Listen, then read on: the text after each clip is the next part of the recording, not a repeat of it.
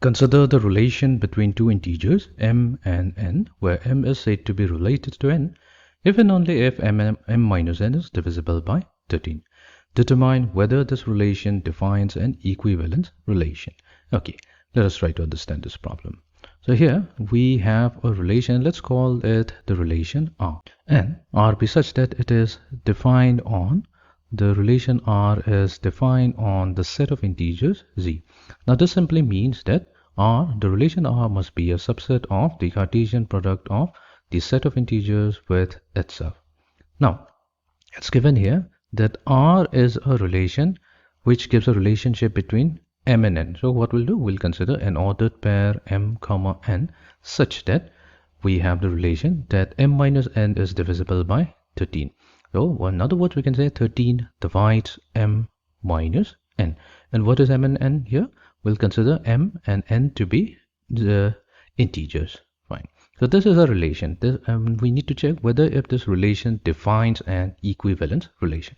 Now, what is an equivalence relation? Now, for a particular relation, so in our case this is R, if it were to be an equivalence relation, it has to entail the fact that R is reflexive, R is symmetrical, and R is transitive.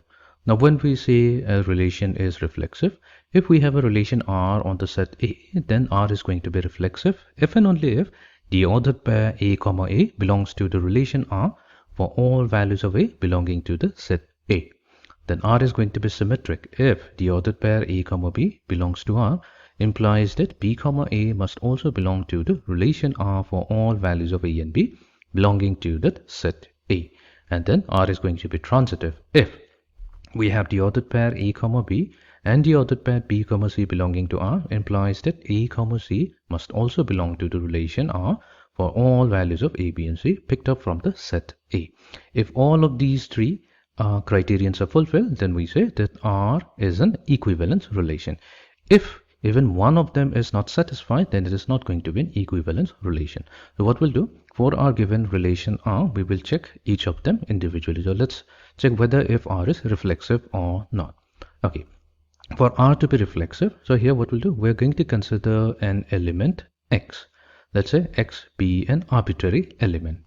Now since R is defined on Z, so we're going to pick up that arbitrary element from the set Z such that if we consider the ordered pair X comma X belonging to the relation R, then according to this definition, it must imply that 13 must divide X minus X. Fine. So 13 dividing X minus X simply means that 13 is dividing 0. Is this a true statement? Does 13 divide 0? Yes, definitely. 13 divides 0. So we can say that our given relation R is reflexive. Okay, so it satisfies the first criterion that R is a reflexive relation. Now let's go to the second one. We will check whether if R is symmetric or not. Now to check for symmetry, we'll have to consider two elements X and Y. So let those two arbitrary elements X and Y be such that they belong to the set of integers Z, such that we have X comma Y belonging to the relation R. The ordered pair must belong to the relation R, and that would imply that 13 divides X minus Y. Fine. Now, if 13 is dividing X minus Y, in other words, we can also say that X minus Y is a multiple of 13. So here what we say that X minus Y equals to 13 times lambda, where there exists some lambda which belongs to the set of integers. Now, we have X minus Y equals to 13 lambda if we multiply both sides of this equation with -1, and on the left hand side we're going to get Y minus X. So Y minus X equals to negative lambda multiplied to 13. Now lambda is an integer, so if we take negative lambda, that's also going to be an integer. It's going to be a negative integer if we consider lambda to be positive, and the other way around. Now Y minus X equals to some integer multiplied to 13 implies that 13 divides Y minus X. Now if 13 divides Y minus X, we can now say that the ordered pair Y comma X must belong to the relation R. Okay, let's try to quickly understand how this is true. So here we have considered the relation R to be such that it contains the elements M comma N. This is the ordered pair M comma N, such that 13 divides M minus N. So here if we consider M to be replaced with Y and N to be replaced with X, then our relation will simply become R is the relation that contains the element y comma n. This is the it contains the ordered pair y comma s such that 13 divide y minus x. So we have already considered x and y to be arbitrary elements in the set of integers. So here y comma x being arbitrary elements simply means that y could take the value m and x could take the value n. So here we're getting the relation 13 divides y minus x, and that's exactly what we have shown here. So this implies that our relation R is reflexive in nature. This is a reflexive relation. Okay, so that takes care of the second property. That means R is symmetric. Now we go to the third one. We have to show that R is transitive. Now while choosing the ordered pairs, we have to be extremely careful. So here we make sure that the second element of the first ordered pair, which is B, and the first element of the second ordered pair, that's also B, so this must match. Then only we can say that A comma C, this ordered pair is going to belong to the relation R.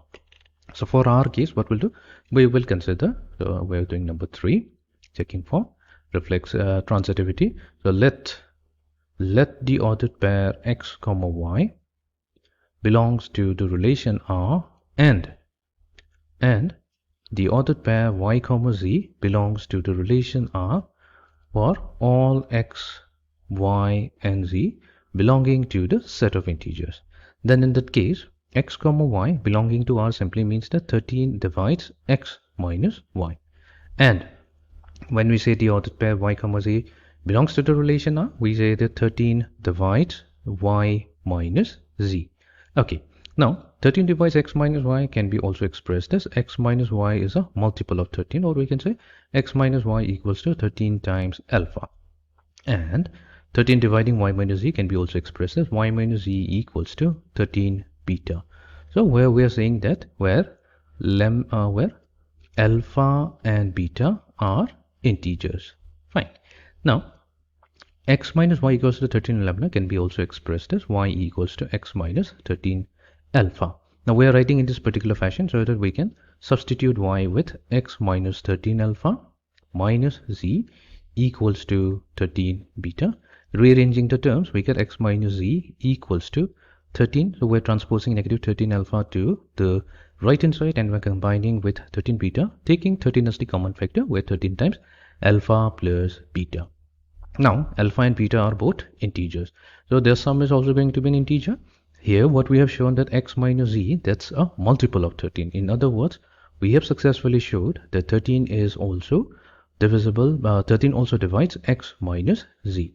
If we say that 13 divides x minus z, we can automatically say that x comma z belongs to the relation R. So here what we have done, we started out by considering the ordered pair x comma y belonging to R and the ordered pair y comma z belonging to R, and we were able to show that x comma z also belongs to the relation R.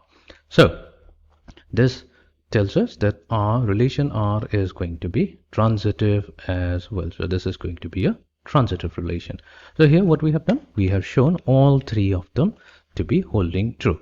That means R is reflexive, R is symmetric, and R is transitive. Therefore we can say, finally we can say, hence our given relation R, hence R is an equivalence relation. R is an equivalence relation, and this is going to be an equivalence relation on the set of integers Z.